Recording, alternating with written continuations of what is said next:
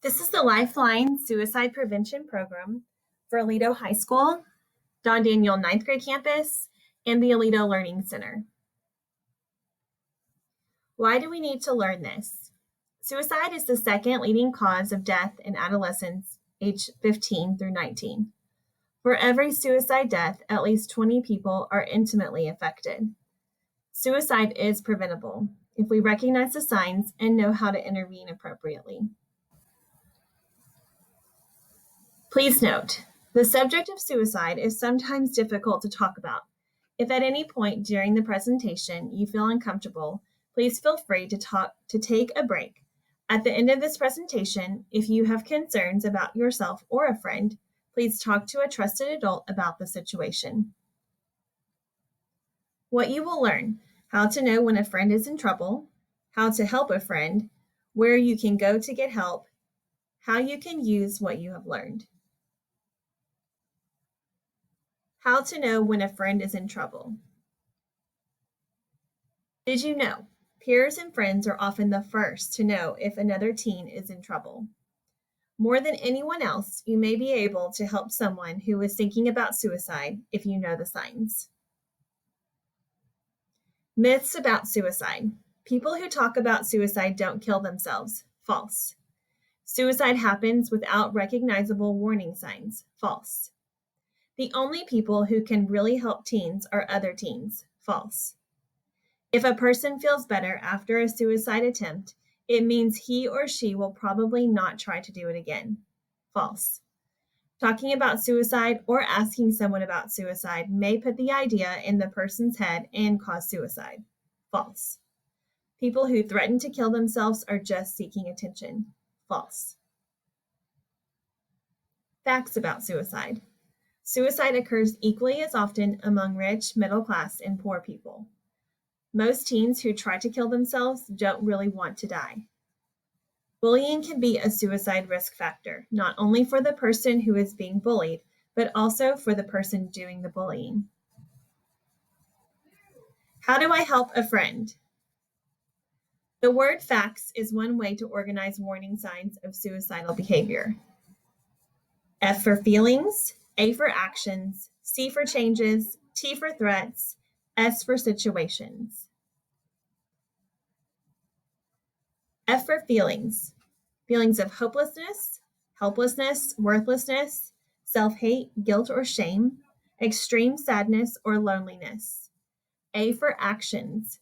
An increase in alcohol or drug use, talking or writing about death, self-harm behaviors, aggression, or recklessness. C for changes. Changes in personality, like withdrawn, tired all the time, or not themselves. Changes in behavior, can't focus, a drop in grades, sleeping too much or too little, eating, loss of appetite or overeating, and just a loss of interest in activities. T for threats. Statements like, I wonder what it's like to die. Threats such as, I won't be around much longer, or you will be better off without me, or suicide attempts. Situations: getting in trouble at school or home, recent losses, changes in life that feel overwhelming, being exposed to suicide or death of a peer, being bullied or physically, sexually abused. We will now watch a video, A Teen's Guide to Suicide Prevention. This video was created to demonstrate what to do and what not to do if a friend is talking about suicide or showing some of the warning signs for suicide. In each of the scenarios shown in the video, think about the suicide warning signs you observe, remembering the FACTS acronym: feelings, actions, changes, threats, and situations.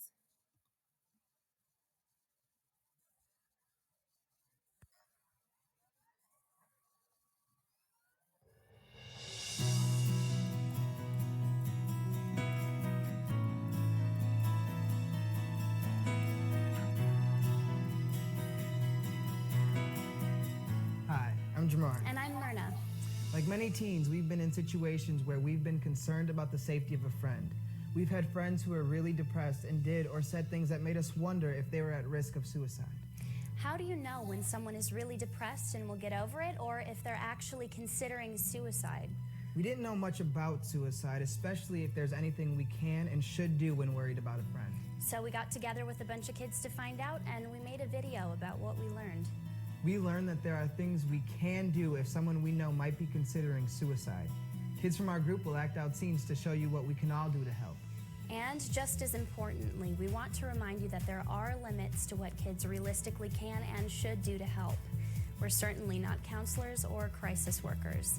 However, teens are often closest to the warning signs that a friend may need help. We can often play a crucial role in getting someone connected with the help they need. In the scenes coming up, Myrna and I will point out the most important warning signs and other key information. As you watch, look for other cues that someone might be really hurting. The number of teens who die each year by suicide is too high. Suicide is the third leading cause of death for teens.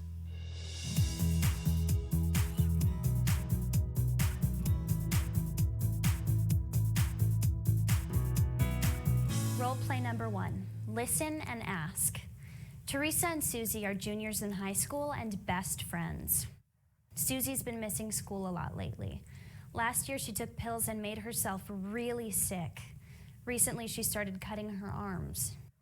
Teresa's concerned about this change, especially in light of Susie's past actions.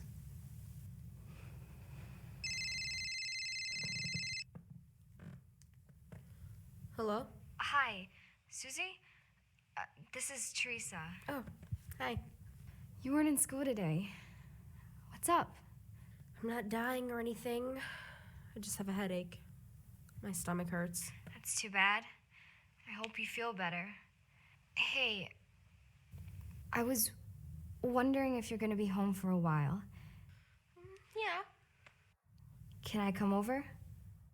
Sure. Okay, great. I'll see you later, right? What to do? Try to find a time and place to talk where you won't be interrupted. State what you've observed, specific things she said and done that have led you to be concerned. Encourage her to talk about what she's going through. Listen with your full attention. Take what she says seriously, even if it doesn't sound that serious to you.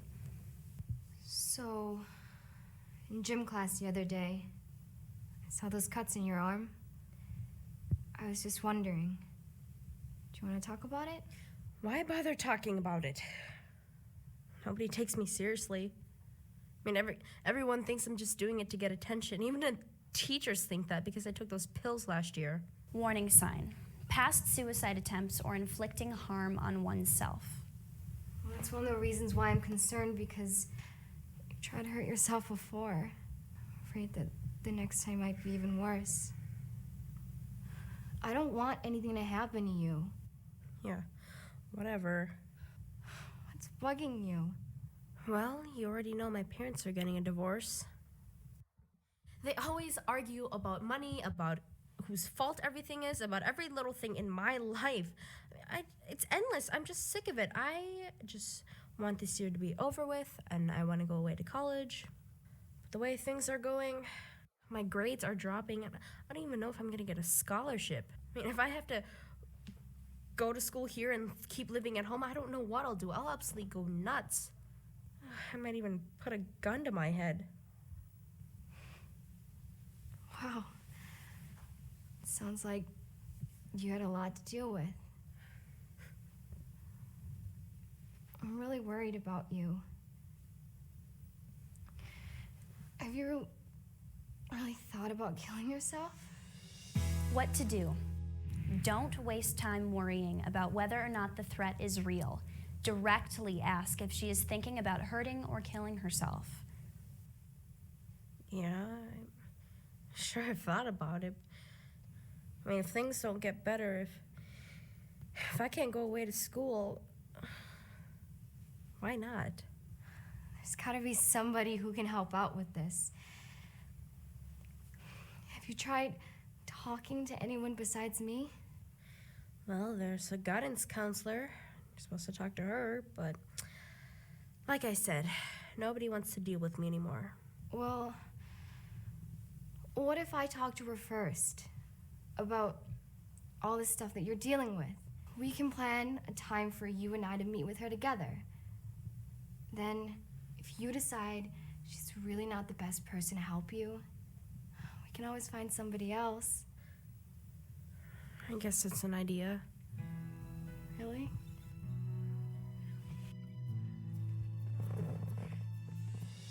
What to do? Get her to choose the adult she'd like to talk with. If necessary, give her some ideas and ask her to choose among them. Give consistent, firm support. Offer to set up appointments and go with her.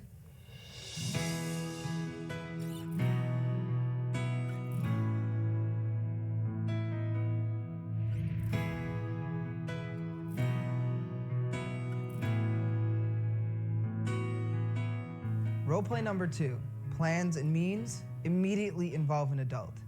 Isaac and Blake are buddies. They're hanging out in Isaac's basement. Isaac has been getting more and more worried about changes he's noticed in Blake. Blake was always talkative, and he's typically one of the most responsible guys in their group of friends.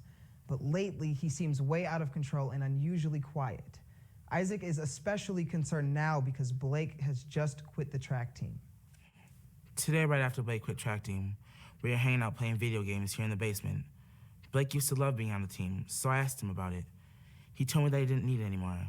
Then he said that he didn't feel good about anything anymore. And I said, what do you mean you don't feel good about anything anymore?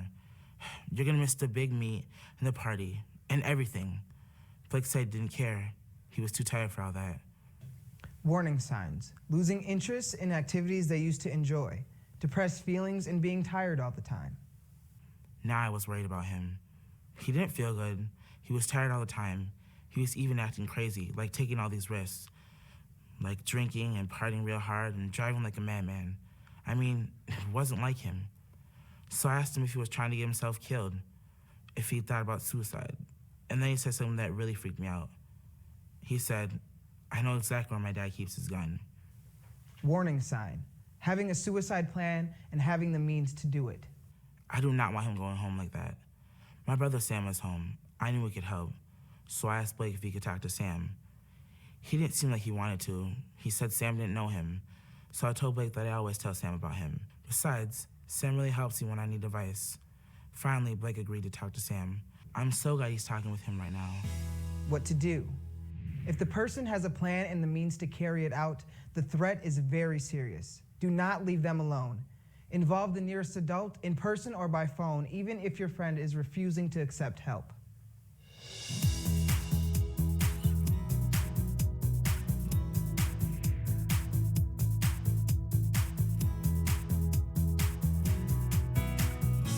What not to say. With people who are depressed or possibly suicidal, some things we might say in everyday conversations just don't work. These things usually don't help them feel better and could actually make them feel worse. Come on, it's not that bad. Don't minimize the seriousness of real problems. In a couple days, everything will be all right. Don't dismiss her feelings by insisting that everything will be all right. Sure, she broke up with you, but tomorrow she'll want you back. Don't tell lies to try cheering him up. You're so serious lately. Lighten up. Don't try to humor her out of it. You'll get through this. You always do. Don't insist that he will get over this. Girls, just think about how people would feel if you killed yourself. Don't try to guilt her out of feeling suicidal. What you really ought to do is... Don't give advice or offer solutions. You've got to talk to Mr. Williams right now. And don't order him to go talk to the adult that you think is best. These responses can make someone feel like you don't really understand what they're going through. The feeling that no one understands is often a big part of the problem. Roleplay number 3, don't promise to keep it a secret. Marae receives a text message that Kaylin and her boyfriend Gabe broke up. She stops to text Kaylin because she knows the situation must be hard. Message received.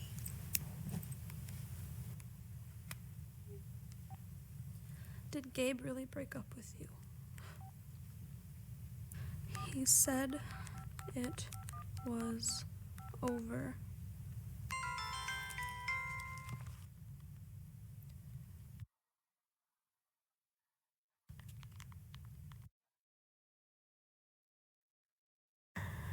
Message received.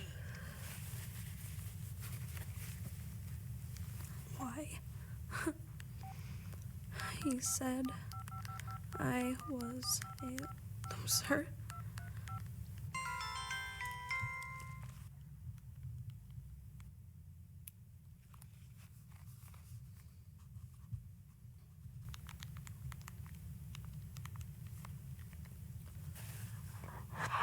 Message received.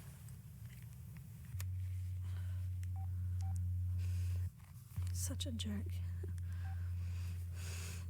Whatever. It's done. And so am I.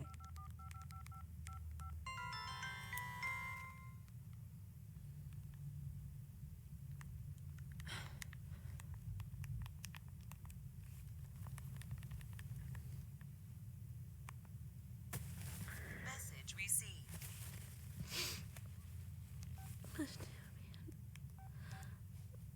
I'm done. I can't live without him.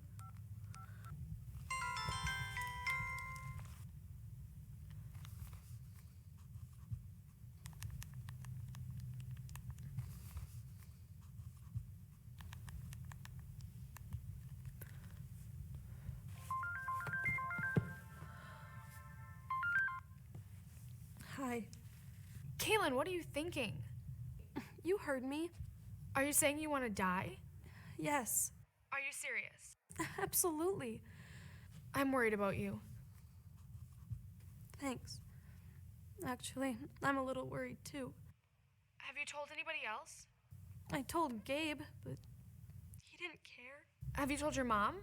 She's glad we broke up. She never liked Gabe. No, about wanting to die. I'm afraid to. She'll freak out. I'm glad you told me. You're my best friend. And you're mine, so your life is really important to me. Thanks.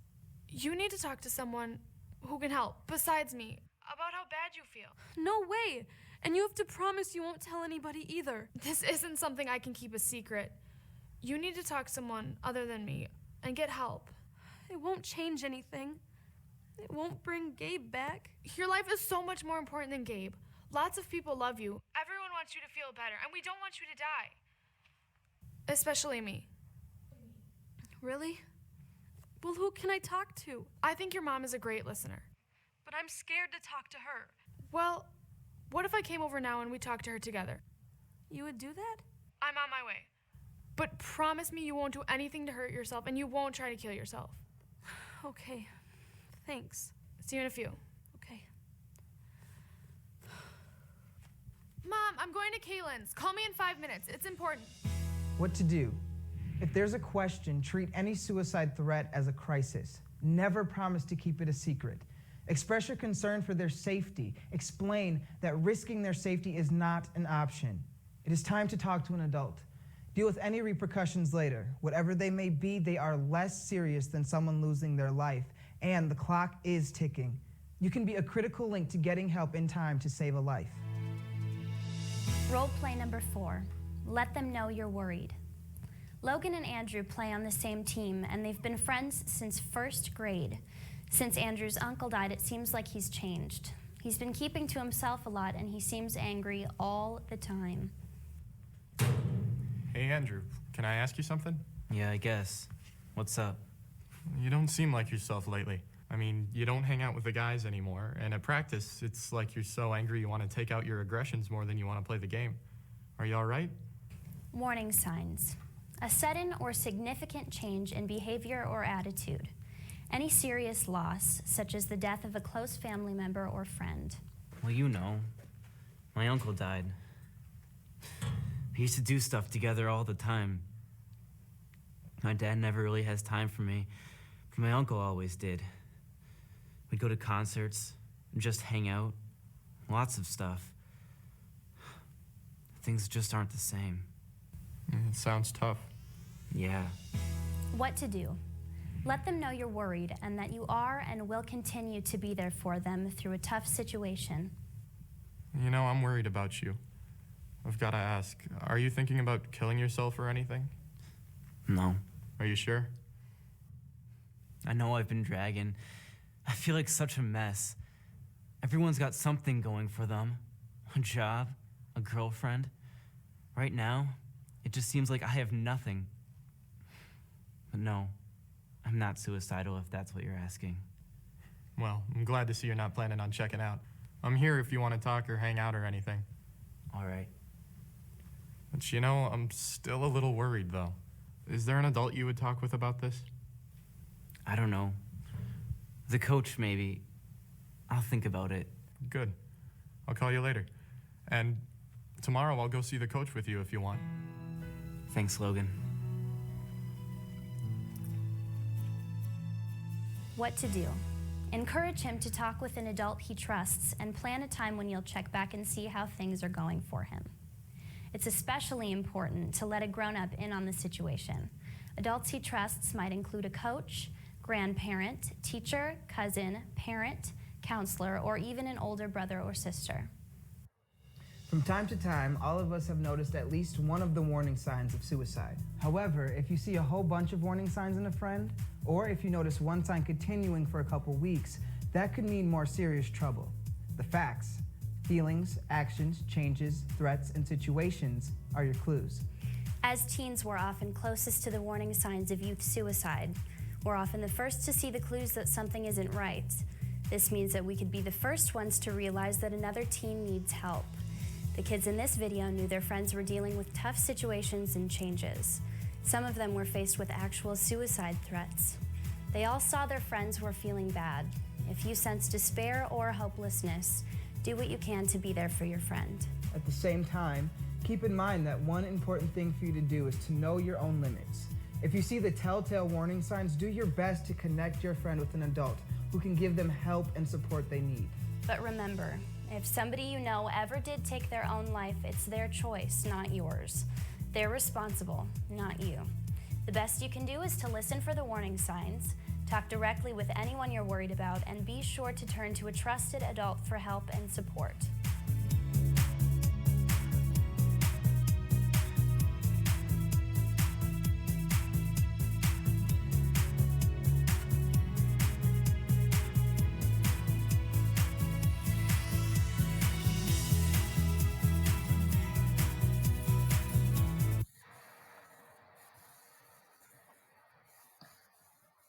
Helpful steps to prevent suicide. When trying to help a friend who might be thinking about suicide, there are 3 steps to take. 1, find the words to show you care about your friend. 2, ask about suicide. 3, convince your friend to get help. Show you care, ask about suicide, and get help. Words to use to show you care. You don't seem to be yourself. I'm worried about you. I'm concerned. You have never been this down before. What's going on? What's making you act so out of control? You're my best friend and I care about you. Why are you so down lately? Words to use to ask about suicide. Are you talking about suicide? Are you thinking about killing yourself? Do you mean you want to end your life? Are you wishing you were dead? Are you planning how you will kill yourself? Words to use to convince a friend to get help. You are not alone. Let me get you some help. This is serious. I want to get you help right now. Who do you feel comfortable talking to? I will go with you to talk to them. I know a crisis number we can call to talk over this. Where can I go to get help? We will now watch the video, One Life Saved. As you watch the video, think about the suicide warning signs they observed in their friend, remembering the FACTS acronym: feelings, actions, changes, threats, and situations.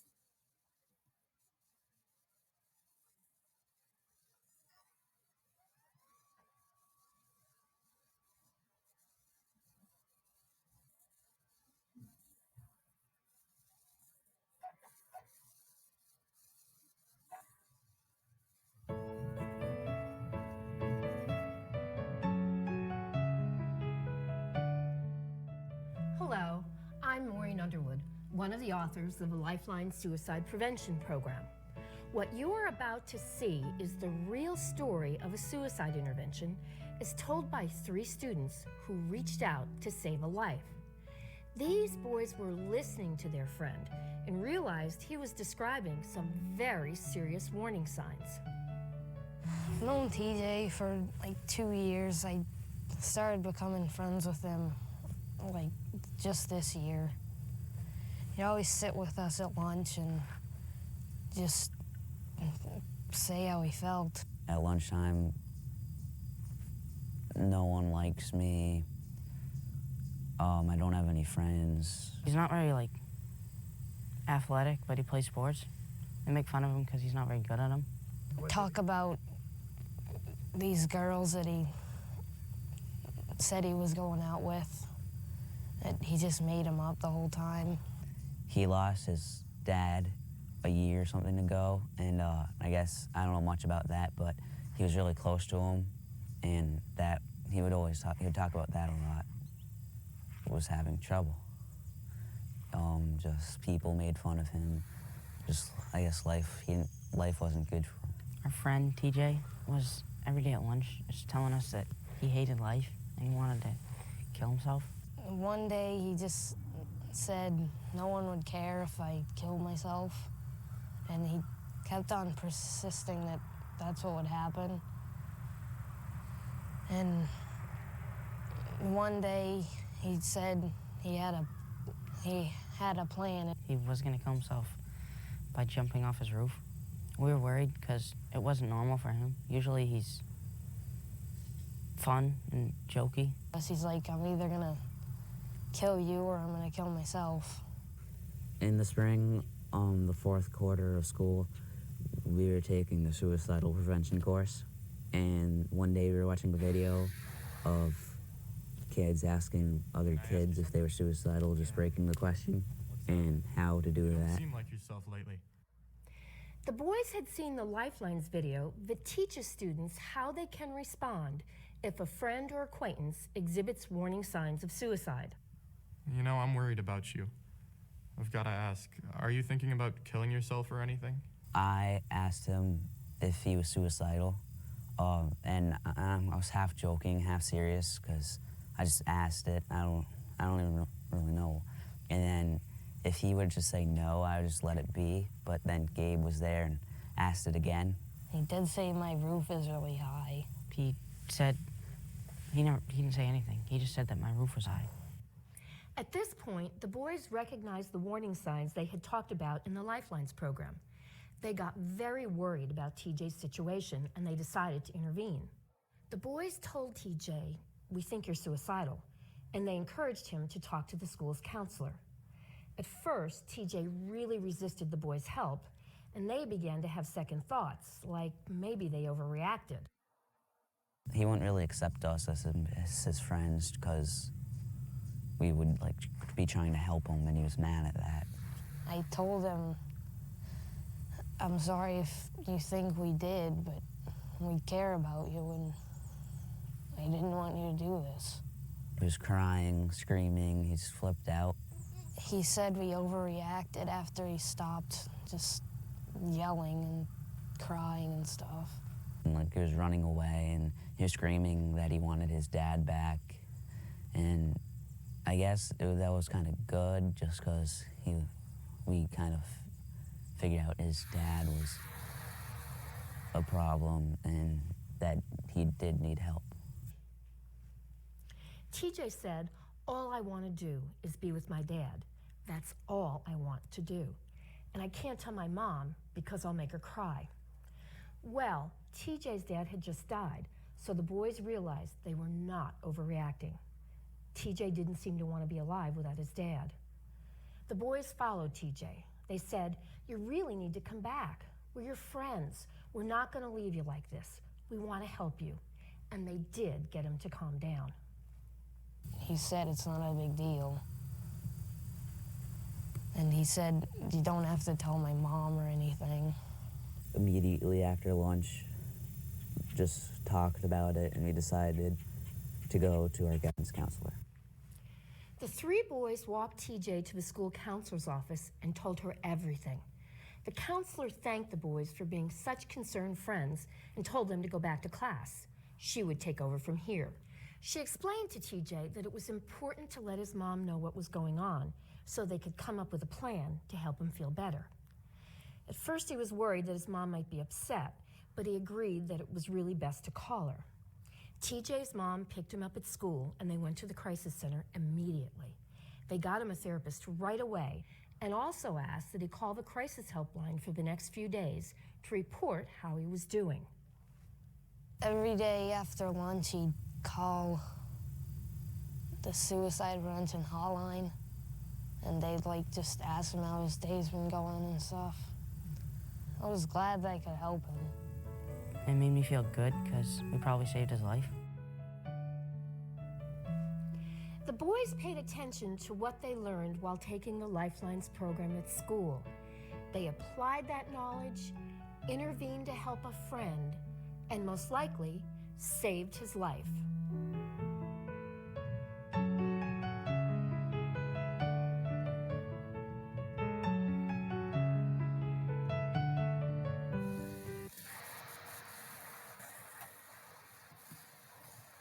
Qualities of helpful people.